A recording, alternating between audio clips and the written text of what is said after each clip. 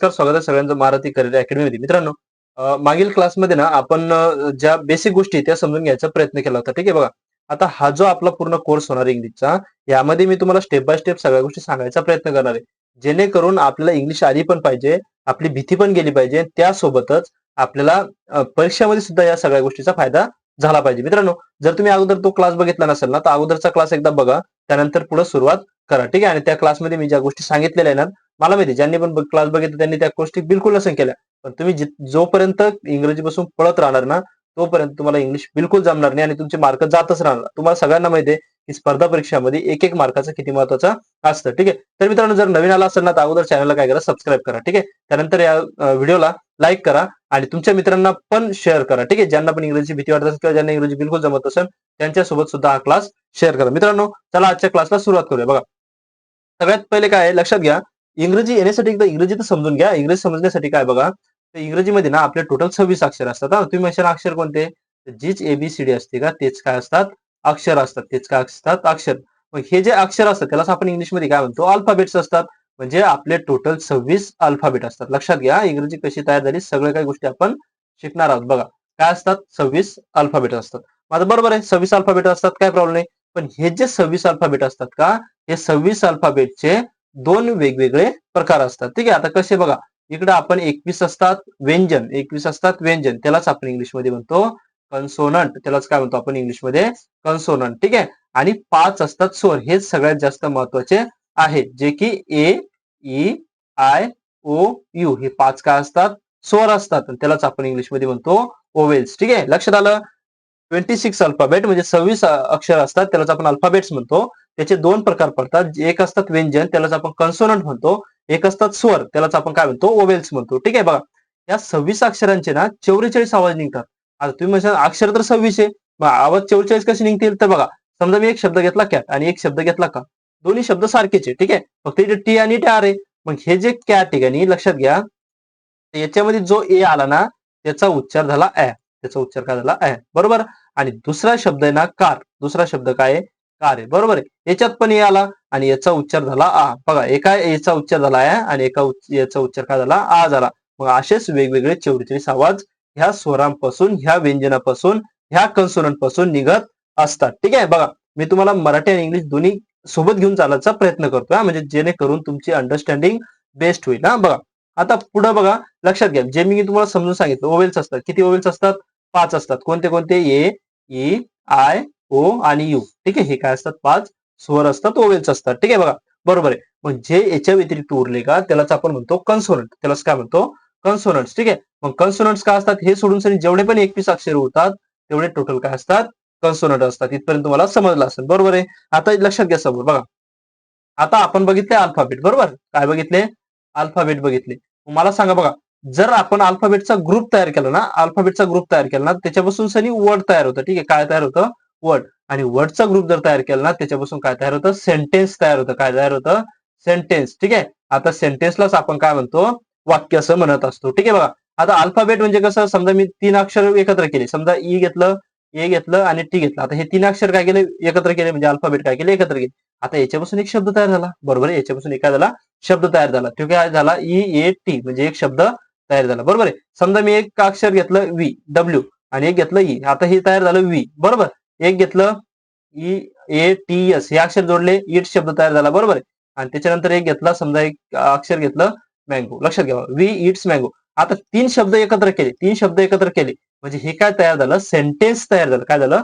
Sentence तयार झालं. लक्षात घ्या. बघा, अल्फाबेटला एकत्र केलं, शब्द तयार झाला. शब्दाला एकत्र केलं, सेंटेन्स तयार झालं. ठीक आहे. बघा, मग आता हे जे शब्द असतात का, हे जे वर्ड्स असतात ना, याचे काय होतात? वेगवेगळे 8 प्रकार पडतात. लक्षात घ्या, हे जे वर्ड्स असतात का, याचे वेगवेगळे प्रकार पडतात. आता हे जे प्रकार असतात ना, त्यालाच आपण म्हणतो पार्ट्स ऑफ स्पीच. त्यालाच काय म्हणतो आपण? Parts of speech. आणि हे जे पार्ट्स ऑफ स्पीच आहे का, ते 8 असतात आणि त्यालाच आपण शब्दांच्या जाती असं म्हणत असतो. ठीक आहे. बघा, मग त्या कोणत्या कोणत्या बाबांनो? लक्षात घ्या. पहिले नाऊन. आपण हे सगळ्या गोष्टी बघणार आहे. ठीक आहे. आजच्या क्लासमध्ये आपण फक्त समजून घेणार आहे. परंतु या एकासाठी म्हणजे समजा नाऊन जर बघायचं झालं आपल्याला, तर आपल्याला कमीत कमी 2 ते 3 क्लास लागतील. ठीक आहे. शक्यतो जर लय डिटेलमध्ये शिकायचं तर 4-5 क्लास लागतात. पण आपण 2 ते 3 क्लासमध्ये एकदम छान प्रकारे शिकणार आहोत. ठीक आहे. बघा, आता जे नाऊन आहे का नाही, लक्षात घ्या नाऊन. आता नाऊन आपण फक्त आज समजून घेणार आहे. ठीक आहे. त्यानंतर असतं प्रोनाऊन. त्यानंतर असतं वर्ब, त्यानंतर ऍडवर्ब असेल, ऍडजेक्टिव्ह असेल, कंजंक्शन असेल, प्रिपोजिशन असेल, इंटरजेक्शन असेल. ह्या काय असतात 8 शब्दांच्या जाती असतात. त्यालाच आपण काय म्हणतो पार्ट्स ऑफ स्पीच असं म्हणत असतो. हा बघा आता नाऊन आहे काय नाऊन बरोबर आहे. आता नाऊन म्हणजे काय तर समजून घ्या बघा. आता नाऊन म्हणजे काय समजा एखादा प्लेस असेल प्लेस म्हणजे काय ठिकाण ठीक आहे. एखादी गोष्ट असेल म्हणजे काय थिंग लक्षात घ्या एखादी गोष्ट असेल किंवा एखाद्या व्यक्तीला दिलेलं नाव असेल ठीक आहे. एखाद्या व्यक्तीला पर्सनला दिलेलं नाव असेल म्हणजे मुलांची नाव मुलींची नावं किंवा एखाद्या स्थळाला आपण घेतलं प्लेस साठी घेतलं थिंग साठी पर्सन साठी हे जे नावं असतात का नाही यालाच आपण म्हणतो यालाच काय म्हणतो आपण की नाऊन म्हणतो म्हणजे याला दिलेले नावं जे असतात त्याला नाऊन म्हणतात. कसं लक्षात घ्या बघा राम हे काय एका मुलाचं नाव बरोबर आहे म्हणजे हे काय झालं आपलं नाऊन झालं. लक्षात घ्या बघा फ्रेंड सुद्धा एक नाऊन आहे बघा. आय लिव्ह इन मुंबई आता हे मुंबई एका ठिकाणाचं नाव आहे म्हणजे हे सुद्धा काय झालं एक नाऊन झालं. लक्षात घ्या बघा आता याच्यामध्ये काही नाऊन तर ताजमहल हे सुद्धा काय नाऊन आहे आणि ब्युटिफुल सुद्धा नाऊन आहे. लक्षात घ्या ब्युटिफुल सुद्धा नाऊन आहे. हे अबस्ट्रॅक्ट नाऊन मध्ये येत असतं त्या सगळ्या गोष्टी आपण शिकणार आहोत. ठीक आहे बघा बॉय एक नाऊन आहे त्यानंतर प्लेइंग तर वर्ब आहे बघा. लव्ह हे सुद्धा नाऊन आहे आणि पॉवरफुल हे सुद्धा नाऊन आहे बघा. अ ग्रुप ऑफ स्टुडंट्स आता हे स्टुडंट्स हा शब्द सुद्धा काय नाऊन आहे. ठीक आहे बघा त्यानंतर काय कॉटन ड्रेस हे दोन सुद्धा काय तर नाऊन आहेत. आता नाऊन बघा फक्त नाव दिलेले जे नाव असतं एखाद्या वस्तूला ठिकाणाला किंवा व्यक्तीला दिलेले जे नाव असतं त्याला आपण नाऊन असं म्हणत असतो. ठीक आहे फक्त समजून घ्या जास्त काय असं डिटेलमध्ये जायचा प्रयत्न न करू. आपण प्रत्येक गोष्ट व्यवस्थित स्टेप बाय स्टेप बघणार आहे. या नाऊनवरती आपले कमीत कमी 2 ते 3 क्लास होतील आणि त्यामध्ये आपल्याला सगळ्या गोष्टी क्लिअर होतील. आपल्याला सरळ सरळ प्रश्न येऊन म्हणजे एखादा प्रश्न सरळ सरळ राम इज माय फ्रेंड आणि आयडेंटिफाय द नाऊन ठीक आहे तर आपल्याला ओळखता आलं पाहिजे. ठीक आहे किंवा आपण कोणता शब्द वापरू शकतो हे सुद्धा आपल्याला कळालं पाहिजे. बघा the table is made of wood आता बघा वूड हा हे सुद्धा काय नाऊन आहे हे सुद्धा काय नाऊन आहे आणि टेबल हे सुद्धा काय एक नाऊन आहे. बघा वॉटर हे सुद्धा नाऊन आहे त्यानंतर इसेन्शियल हे सुद्धा नाऊन आहे आणि लाईफ सुद्धा नाऊन आहे. ठीक आहे बघा पुढे या. आता बघा काय सांगितलं प्रोनाऊन. आता प्रोनाऊन म्हणजे काय समजा आपण नावाच्या ऐवजी एखादा शब्द वापरतो म्हणजे जे नाव वापरायचं का समजा राम वापरायचं त्याच्याऐवजी काय एखादा शब्द वापरतो समजा मी वापरतो ही रामसाठी ही वापरतो. समजा मी जर घेतलं राधिका लक्षात घ्या राधिका घेतलं मग राधिकासाठी मी काय वापरेल तर शी शब्द वापरेल बरोबर आहे. समजा मला माझ्याबद्दल सांगायचंय तर मी काय वापरू शकतो आय वापरू शकतो त्यानंतर मी वापरू शकतो. लक्षात आलं मग हे शब्द आपण जे वापरतो का यालाच आपण प्रोनाऊन असं म्हणत असतो. म्हणजे नाव न वापरता नाव न घेता त्याच्या जागी वापरलेला जो शब्द असतो का त्यालाच आपण नाऊन असं म्हणत असतो. हा बघा मग आता याच्यामध्ये आपण आय वापरलं म्हणजे हे काय झालं प्रोनाऊन झालं. यू वापरलं हे काय झालं प्रोनाऊन झालं. ही शी वी त्याने बघा आता आधी तर रमेश आलं हे काय झालं नाऊन झालं. रमेश हे काय झालं नाऊन झालं बरोबर आहे. पण आता लक्षात घ्या is a good boy Ramesh is a good boy बघा आता इथं प्रोनाऊन वापरलेलं नाही याच्यामध्ये प्रोनाऊन वापरलेलं नाही ठीक आहे. पण परंतु जर समजा इथे काय असतं he is a good boy असं असतं he is a good boy ठीक आहे. तर आता ही जो शब्द आहे का नाही हे काय झालं असतं नाऊन सॉरी प्रोनाऊन झालं असतं. ठीक आहे काय झालं असतं प्रोनाऊन झालं असतं. बघा त्यानंतर आता इथे लक्षात द्या आता आपल्याला असं वाटेल की गिव्ह हा शब्द प्रोनाऊन आहे परंतु गिव्ह हे वर्ब आहे आणि हर हर म्हणजे काय झालं प्रोनाऊन झालं. हर म्हणजे तिच्यासाठी तर तिच्यासाठी वापरलं का नाही तर ते काय झालं आपलं प्रोनाऊन झालं. ठीक आहे बघा धिस बुक इज माइन तर धिस हे सुद्धा प्रोनाऊन आहे. माइन हे सुद्धा काय आहे प्रोनाऊन आहे. ठीक आहे एक मिनिट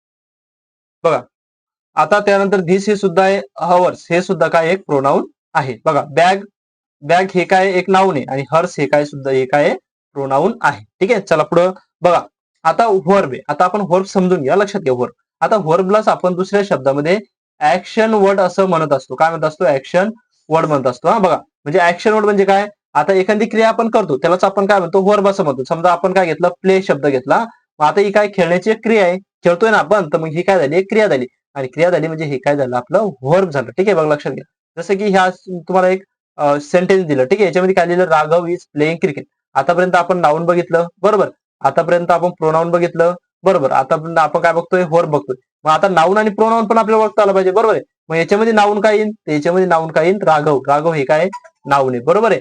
आता त्याच्यानंतर लक्षात घ्या बघा प्लेइंग हा शब्द आहे काय प्लेइंग आहे बरोबर आहे.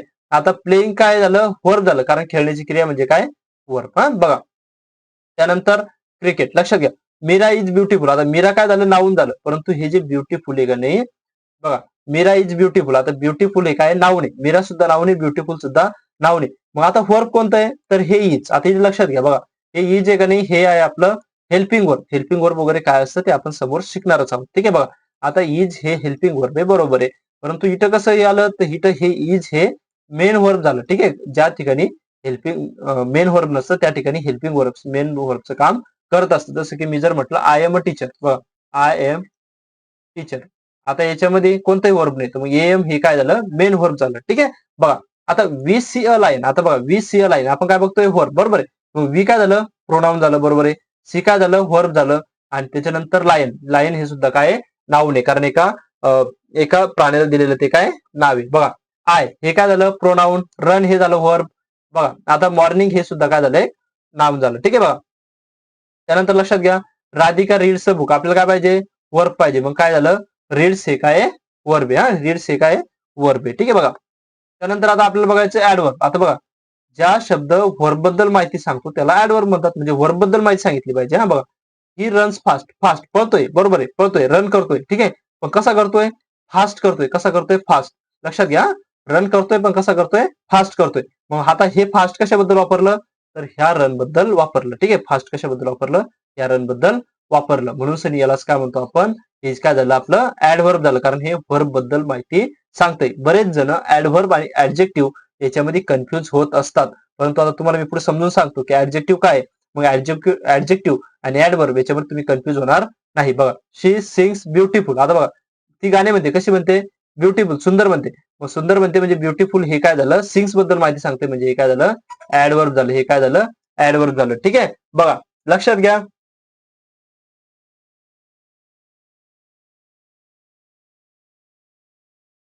एक मिनिट.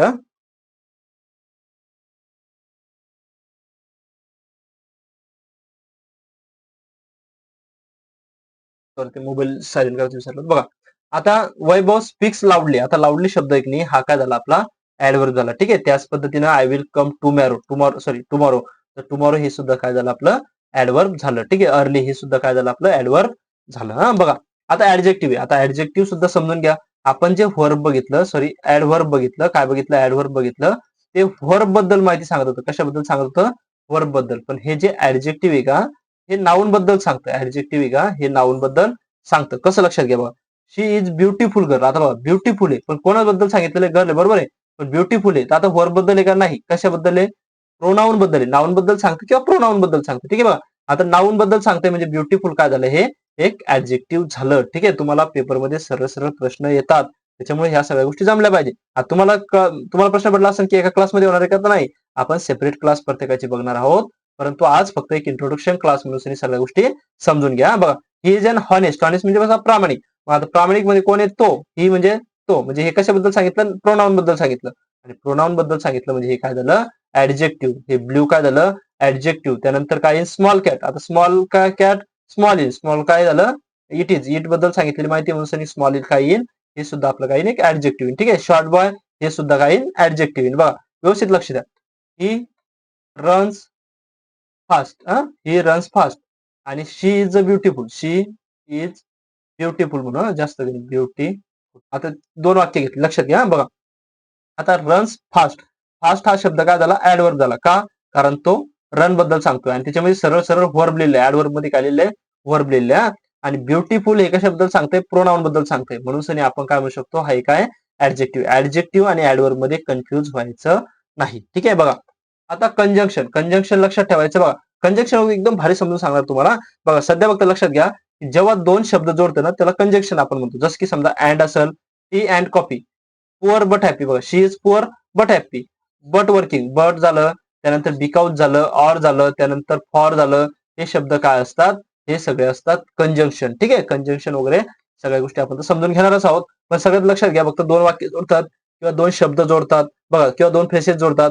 हे जे शब्द जोडतात त्यालाच काय म्हणतो आपण, किंवा हे जे वाक्य जोडतात त्यालाच काय म्हणतो आपण, जे शब्द आपण वापरतो किंवा ऑर वगैरे असेल, हे शब्द जे आपण वापरतो त्यालाच आपण काय म्हणतो, कंजंक्शन असं म्हणत असतो. बरोबर आहे. बरेच जण कंजंक्शन आणि प्रिपोजिशन या दोन मध्ये कन्फ्युज होतात. ठीक आहे. प्रिपोजिशन मध्ये सुद्धा कन्फ्युज नाही व्हायचं आणि कंजंक्शन मध्ये सुद्धा कन्फ्युज व्हायचं नाही. बघा आता प्रिपोजिशन आहे. काय प्रिपोजिशन, प्रिपोजिशन कसं असतं, ऑन द टेबल म्हणजे काय, ऑन द टेबल असतं. ठीक आहे. बघा मग आता त्यानंतर काय, under the table, under the table असतं, बरोबर. त्यानंतर काय, नियर माय हाऊस. ठीक आहे.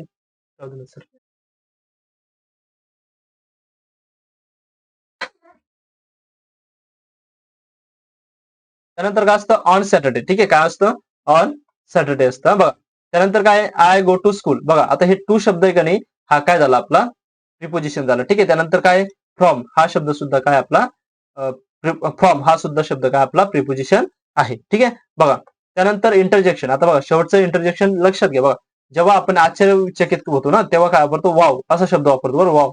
मग हा जो वाव शब्द आहे का हा काय झाला इंटरजेक्शन झाला. ठीक आहे, सगळ्या गोष्टी डिटेलमध्ये आपण नंतर बघणार आहोत बघा. ए हा सुद्धा काय झाला एक इंटरजेक्शन झाला. मित्रांनो बघा, आता ह्या सगळ्या गोष्टी मी तुम्हाला पार्ट ऑफ स्पीच या सेंटेन्स काय असतात या सगळ्या गोष्टी सब्जेक्ट काय असतात या सगळ्या गोष्टी तर हळूहळू आपण शिकणार आहोत. ठीक आहे बघा. परंतु पार्ट ऑफ स्पीच बघताना आपल्याला सगळ्या गोष्टी स्टेप बाय स्टेप बघावं लागतात आणि आपल्याला हे पण बघायचं आहे की मार्क आपल्याला जे पेपरमध्ये मार्क येईल ते पण कशा प्रकारे चांगल्या प्रकारे येतील. ठीक आहे बघा. आता एक तुम्हाला एक होमवर्क देतो बघा, लक्षात घ्या. एक होमवर्क आहे त्याच्यामध्ये पार्ट ऑफ स्पीच ओळखायचं आहे. लक्षात घ्या. एवढं मोठं आपण एक सेंटेन्स लिहिलं आणि याच्यामध्ये तुम्हाला काय करायचं पार्ट ऑफ स्पीच ओळखायचे. 8चे 8 पार्ट ऑफ स्पीच तुम्हाला ओळखायचे. समजा मी शब्द घेतला वाव. लक्षात घ्या वाव.